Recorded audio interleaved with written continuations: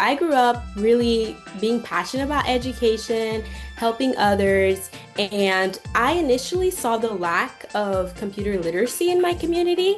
I'm Haitian, by the way, and how so many people really didn't know much about technology and artificial intelligence and so on. And so, as an aspiring computer scientist, I wanted to make a difference.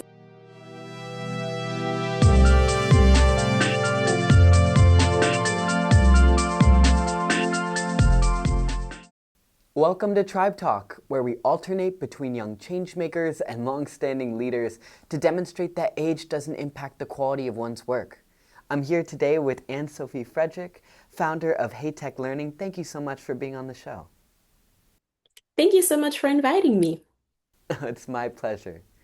And before we begin, Tribe Talk is sponsored by Raise, a mobile-first platform powering individual activism, corporate giving, and nonprofit volunteerism.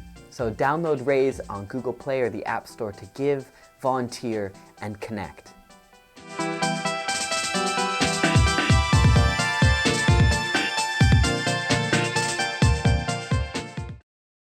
Streamer. Tribe Talk is a streamer studio production. Stream your podcast, stream your story, stream yourself. Try it free at streamr.nyc. Make your voice, brand, and message seen and heard on every platform today. Anne-Sophie, you have a tremendous story. And I really want to dive into the specifics of both how you've started, how you've considered some of the dualities between your opportunities, such as your work with Amazon and with your nonprofit. But just at the onset, would you mind telling me the story of how you began HAITECH, especially after coming to the United States? Of course. So my name is Anne-Sophie Frédérick, and I'm the founder of HAITECH Learning. And well, before the nonprofit organization, I believe since I was a young girl, I was always passionate about education and helping others however I could. And so when I came to the United States, and I kind of learned English a little bit faster than my peers, and so I would spend time just helping them with English. And I was also a part-time math instructor for some time, and so I would teach math a lot. And my parents also have some teaching background. So I grew up really being passionate about education, helping others, and I initially saw the lack of computer literacy in my community. I'm Haitian, by the way, and how so many people really didn't know much about technology and artificial intelligence and so on. And so, as an aspiring computer scientist, I wanted to make a difference. And so, I started by teaching young girls in my community about a lot of those computer science concepts. And then that grew into including everybody, and which later grew into potentially even helping people in other countries, such as Haiti and Dominican Republic. So now we're a nonprofit organization helping youth globally in their education and specifically increasing access in computer literacy and to technology. Tremendous. I feel like what's most inspiring to me about your story is that you, similar to some of the other change makers and longstanding leaders, come from a background where education is prioritized and then decided to not only help others, but of course you're learning for yourself how to better your skills and opportunities by sharing with those around you. Yes, that is true. Since I was a small child, even though I grew up in Haiti and a lot of us really valued education, it wasn't an easy access at all. To some, it was even like a luxury. And so our journey to getting to school and getting tutoring was extremely hard. And so when I immigrated to the United States, I never forgot where I came from and how hard that was, and how still there's so many students in Haiti who are going through those and who lack a lot of access. And so through HAITECH, I strive to help them however I can. Yeah. Absolutely. Can you tell me about, I guess in general, right? HAITECH Learning has given off tons of support to quite a few cohorts now. Can you tell me about your experience with kind of the start, the first official cohort? Not necessarily the first people you taught, because certainly, like you said, you were already teaching for a while, but the first like real cohort. Yes, of course. As you mentioned, I started teaching for like a while, and I can count even hundreds of students that I've mentored and helped. But specifically with HAITECH, we started in 2022. And one cohort I would consider was an online one, which was a little bit before that during COVID, where I took advantage of how so many of the young people had much time, but they didn't really know what to do with it. And so with that group, I started an online coding club for girls. And so they would learn 3D animation. I also was part of the My MIT Mites program where I learned a lot, and I wanted to also share what I've been learning with them. And so 3D animation, artificial intelligence. I was also really thankful for an organization called Code Art, where I learned how to create my own self-portrait. So the first cohorts really were like helping. I was the main teacher at that point, and it was like teaching them how to code their own self-portraits using JavaScript on Khan Academy. And so at the end of that cohort, so many students were able to create their own self-portraits. They didn't know how to code, they didn't know what programming was, but they ended up after a few weeks just like coding themselves, coding their families and the Haitian flag, you name it. There was so many wonderful projects. And that really motivated me to keep going and to expand into different countries and to other cohorts until today. Absolutely. I think I really appreciate your creativity when it comes to computer science, right? You've stepped outside of the traditional mold and allowed people to see it not as a foreign entity or something to study just for a career, but something that has like fun and like a branding behind it. I mean, to learn how to represent yourself online is huge, let alone your country and family. What about on your end, right? You certainly have a lot of identities, right? And you've learned to represent them very well. On one hand, I would say the most surprising fact when we were getting to know you was your work in language, right? You've stepped out of your comfort zone time and time again to learn about how to communicate with others. Just like how you're teaching people to communicate online with technology, I think you're on language 7, or did you just finish language 7? I mean, technically, I'm learning the ninth language, but Oh, I'm I am sorry. fluent in five, not that many. I So, mean, okay. fluent in 5 languages and learning your ninth. Are you able, I mean, at a certain point, you're going to run out of fingers. What are you going to do next? I'm not sure. I hope, I mean, maybe just like add 10 more fingers. That That might also help with computer science. um, is so true. Yeah. um, and so, what I want to understand though is you mentioned earlier, right? Language came easy to you. And what has been the driving force to continue learning and exploring new languages? Or at least, how has it allowed you to connect with people you otherwise couldn't? Thank you for the question. Before I even start talking about, my passion for languages and why am I studying so many languages, I want to mention a bit my background in languages. So I'm Haitian and I grew up speaking Haitian Creole and French. And interestingly enough, throughout my time, like my first 14 years, like it was like I didn't really like learning languages. I found it hard to learn English. I found it hard to learn Spanish. I mean, it was interesting to me, but sometimes like I wasn't particularly interested in like pursuing it as I am now because I found it hard. But I would say my peak in, what grew in my interest was during COVID, how I had so much time and I consumed a lot of social media.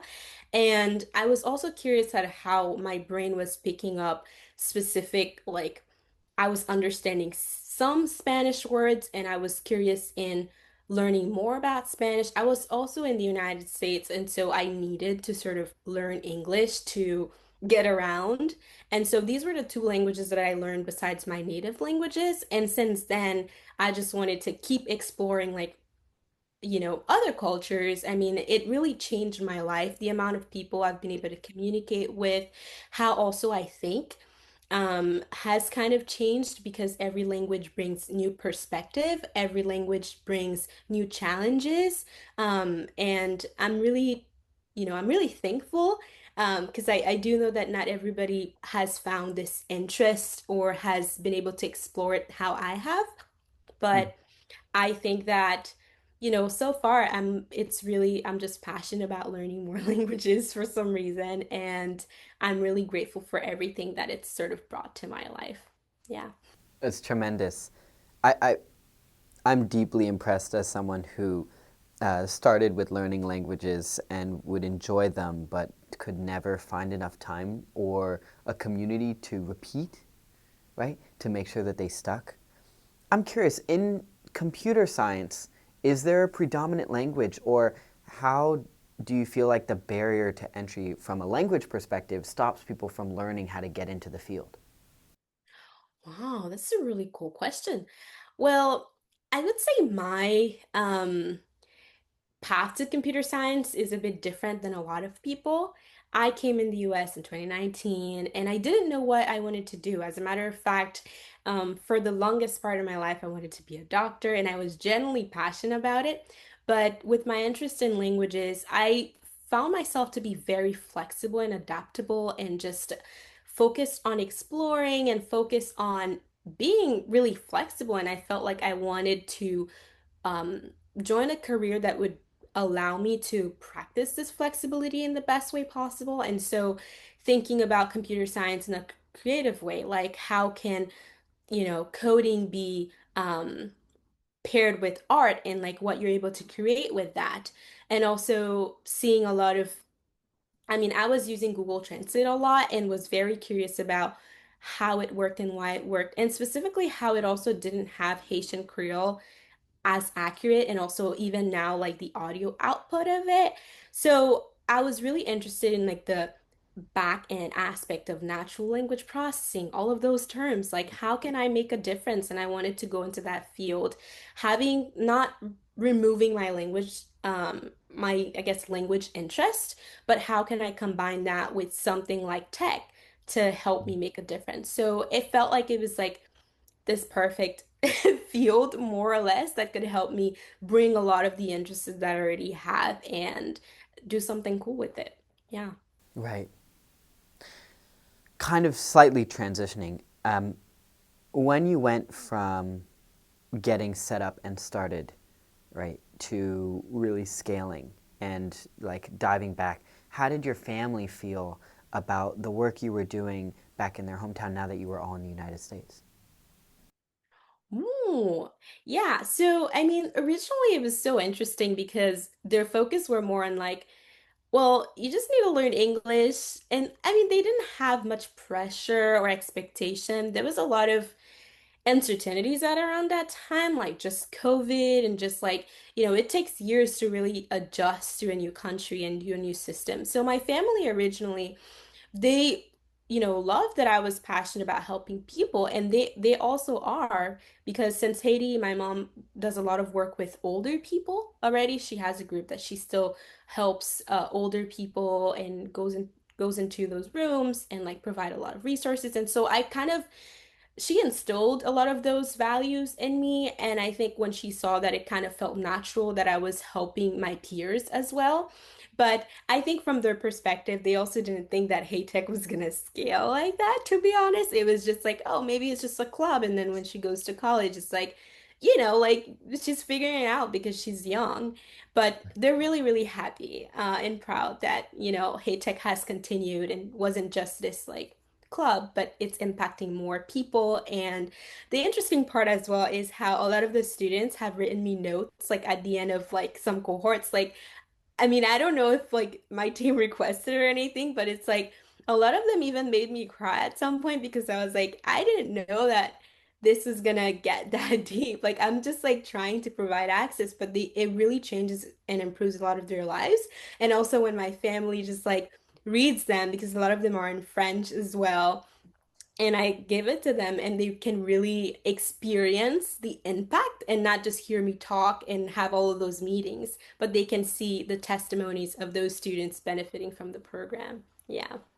Well, Anne-Sophie, something that is so inspiring to me is that you are not only a natural born leader in the way that you bring people together. For our summit, for example, you were very much someone that boosts and uplifts others. It's clear that you have an experience in education and being a teacher, but also you focus on quality over quantity. I mean, your courses are not mass like online. There is a teacher there and there are students in classrooms learning, right? That is unbelievable to me. And the fact that you have had multiple cohorts and rounds, I mean, it's no surprise that someone would go out of their way to appreciate you. I think you are changing not only someone's lives, but their entire community's future.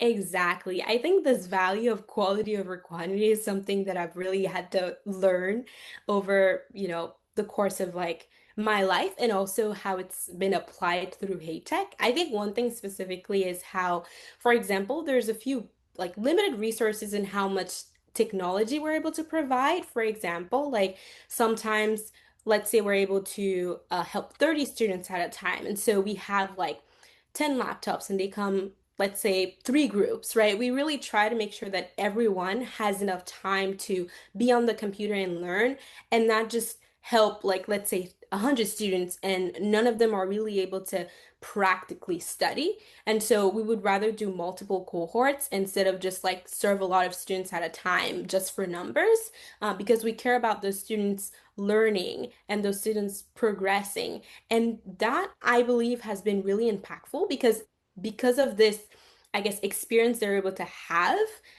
they are more willing to come back and feel sort of a stronger bond with the HATECH community and are willing to be peer mentors so that other students are now able to come and learn as well. So yeah, for sure, quality over quantity anytime. And I feel like to allow them to come back and be peer mentors, just like how when you were teaching it helped you get better, you're allowing them this next stage to really solidify their understanding because they're helping someone else, or at least to feel confident that they do know this stuff. Exactly. And that is just kind of like my own experience that somehow reflects through HATECH as well, because I realized that it wasn't until I started teaching that I was refining a lot of those skills that I learned. And so I think there's so much of a huge advantage in how letting those students teach and help and mentor. They get a lot of fulfillment from that, and they also refine the skills that they just learned. Yeah. Wow. Let's pivot. Um, I want to talk about your career opportunities and decisions here too. I think that many people, when they dive into computer science, follow a very traditional route. And you yourself have done internships with Amazon, which I think is most people's like software dream, to work at a huge company, one of the FANGs, right? To be able to meet peers in that space very proactively and explore what traditionally we see as success. But I'm curious about your experience working there compared to your work with HAITECH Learning and perhaps how you balanced those opportunities going forward.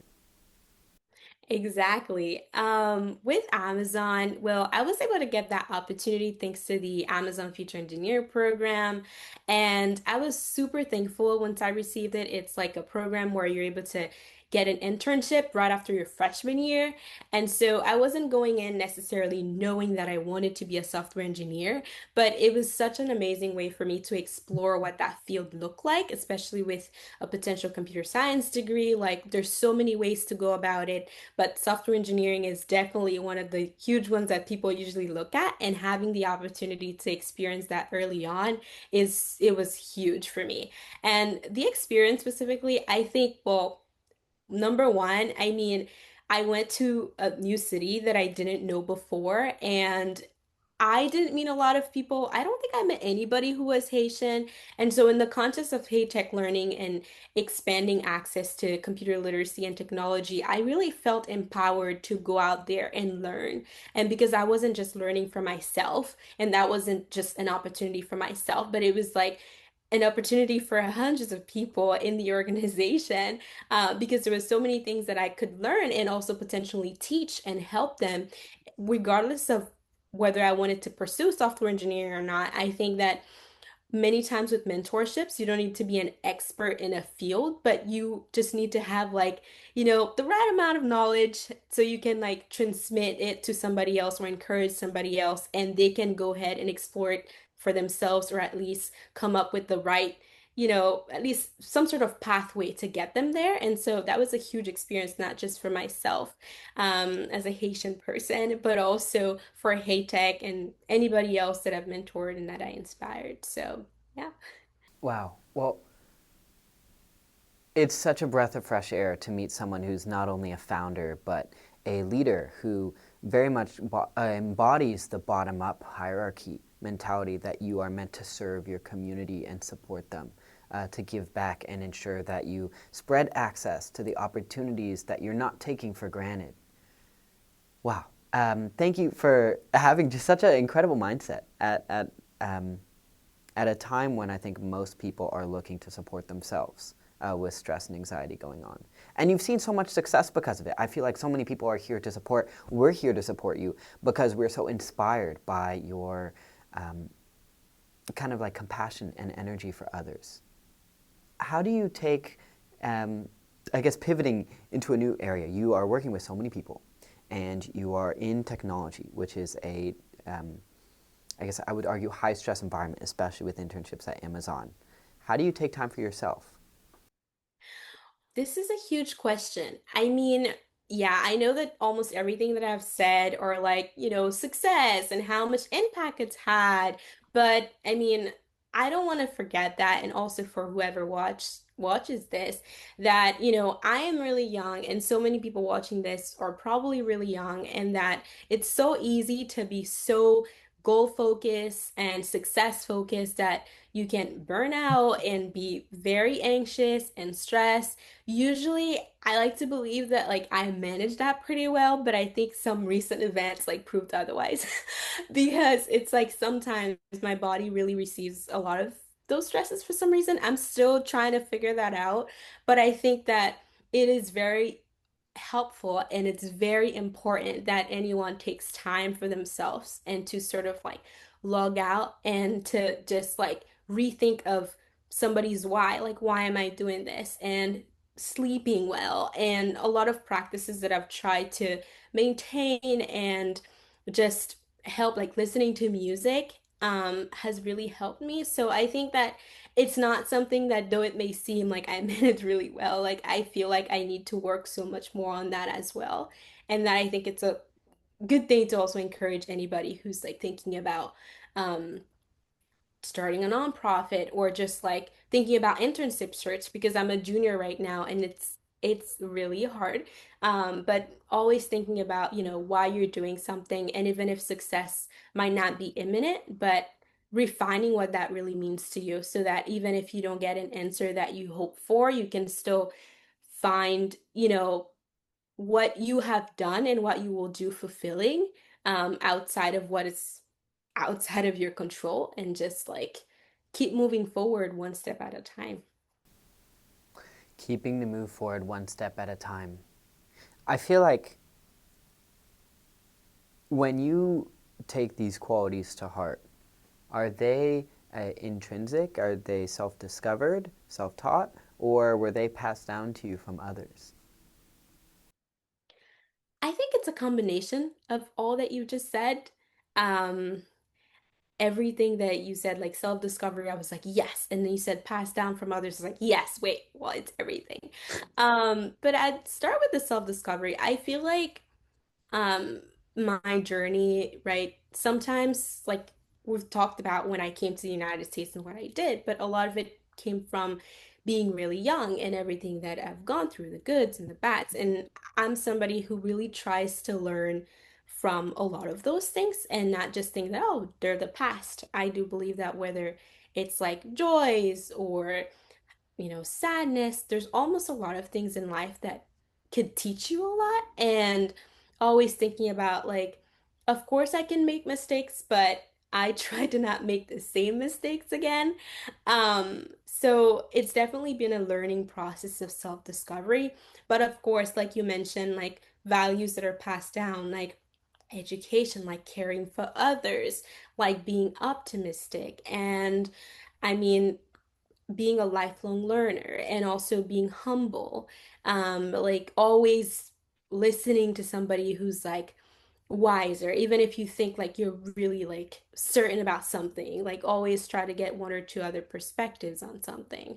And also just not letting fear really stop you from a lot of things. I think sometimes when my own self-discovery way tries to tell me something, I think some of those values that are passed down really come and sort of um, talks with me through that. And so I'm able to make a decision that maybe I wouldn't have made myself, but I consider what maybe some of the other people in my family would have done and what I've learned from their own experiences. Because, yeah, you learn from your own experiences, but you also learn from other people's.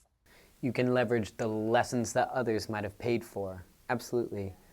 I mean, it's always gratifying to um, be able to share your story and to share your experiences and be an extremely hard worker, right? But at the same time, respect that other people have their own perspectives. And I think your growth mindset is something that benefits in this bottom up hierarchy you've established everybody that you're supporting in HAITECH learning. Something that I know about you, but I would love to dive into, is you're also an incredible athlete. And I would love to understand more about your experiences with athleticism and how that's also tied into supporting and ensuring that you're more well rounded in the work that you're doing. Yeah.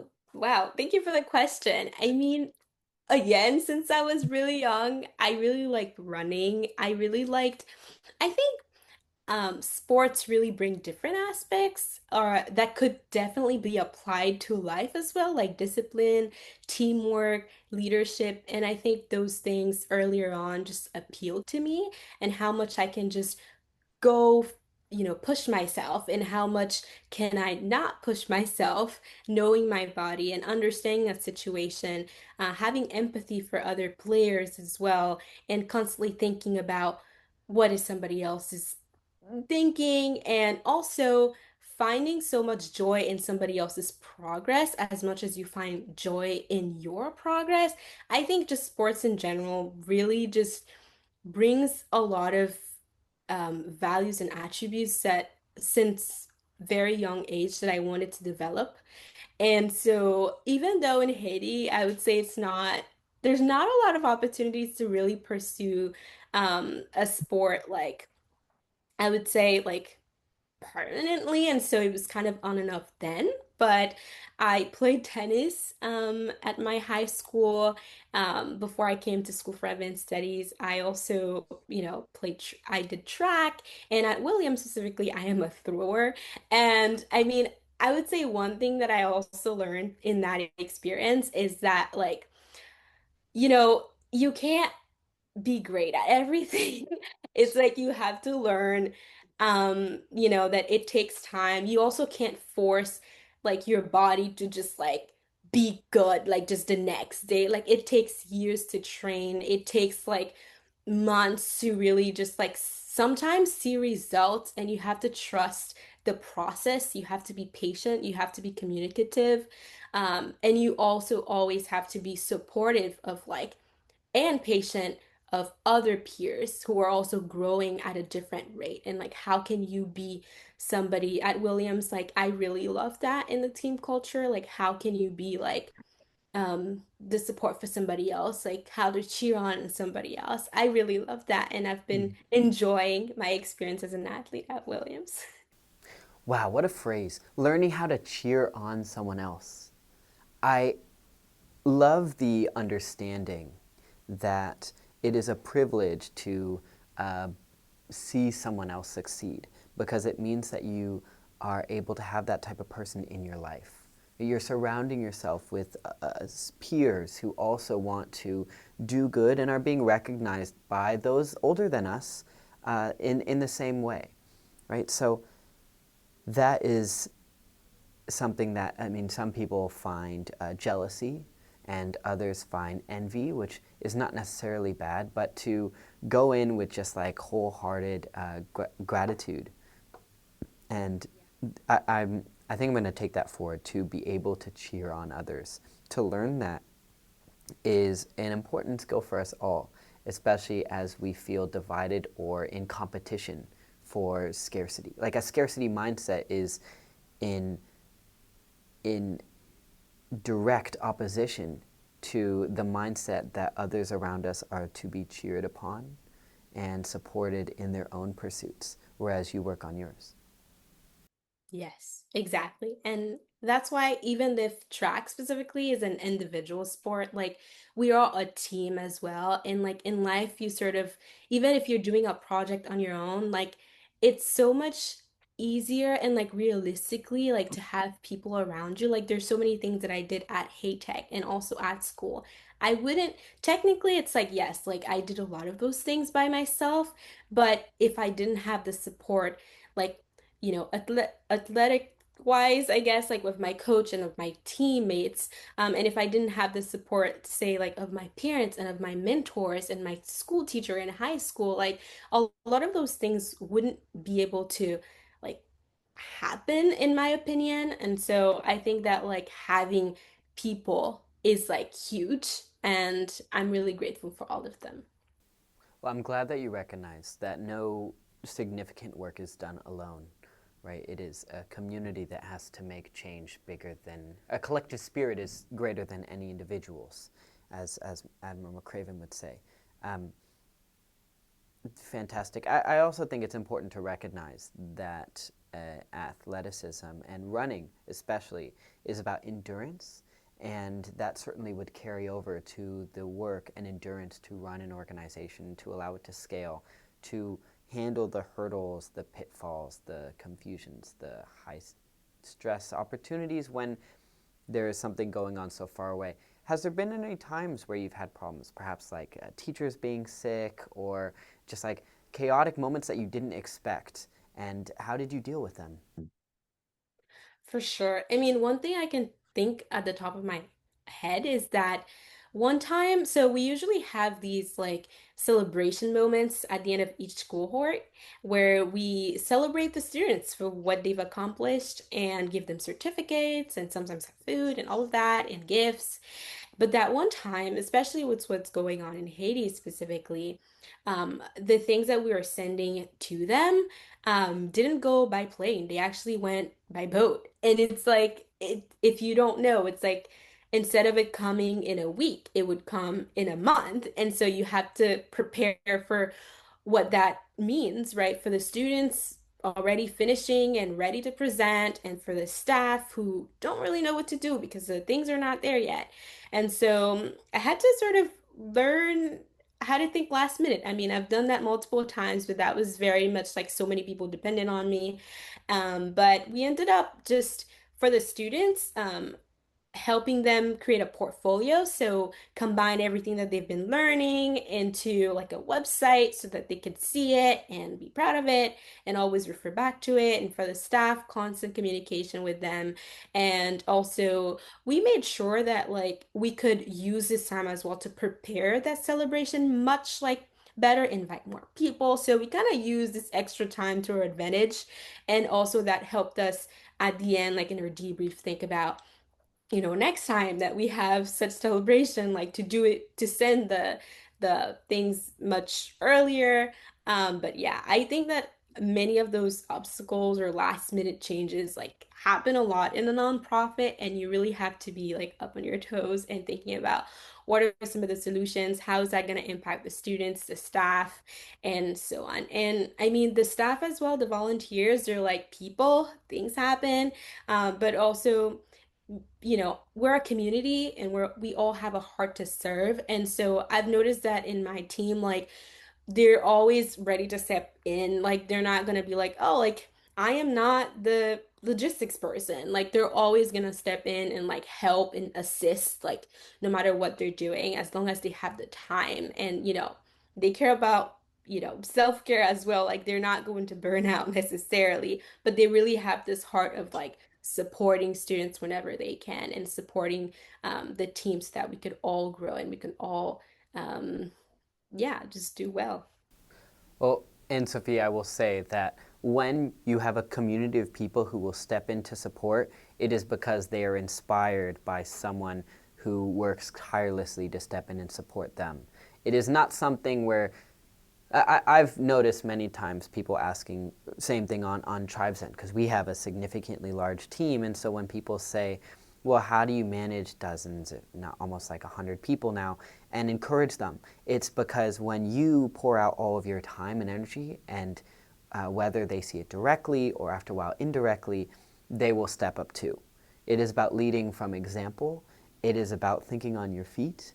And for someone at a time when we're younger in our career, so a week versus a month is significant compared to long-standing established companies where it may not be the case. I want to applaud you for being able to think on your feet and moving forward. I mean, you're going to be doing this type of thing regardless of where you go in life, but it's so gratifying that you already have it locked down and are not allowing yourself to rest on your laurels, but continuously maintain your growth mindset to discover how you can improve upon that. So anyways, thank you so much, Anne-Sophie, for your time, for your experience, your stories, and for being one of the wonderful members of the Tribe cohort. Of course. Thank you so much. I'll be forever grateful for Tribe and for everybody that I've met and for all the wonderful events that I've gone to. And I'm so excited for what yet is yet to come. All right, take care. Thank you. Tribe Talk is a Streamer Studio production. Try Streamer free at streamr.nyc. Executive producer David Walters, videography and editing by David Walters, graphic design by Tristan Bresnan, music by Benjamin Senmana, hosted by Kyle Mathis. Tribe, taking root today to advance tomorrow.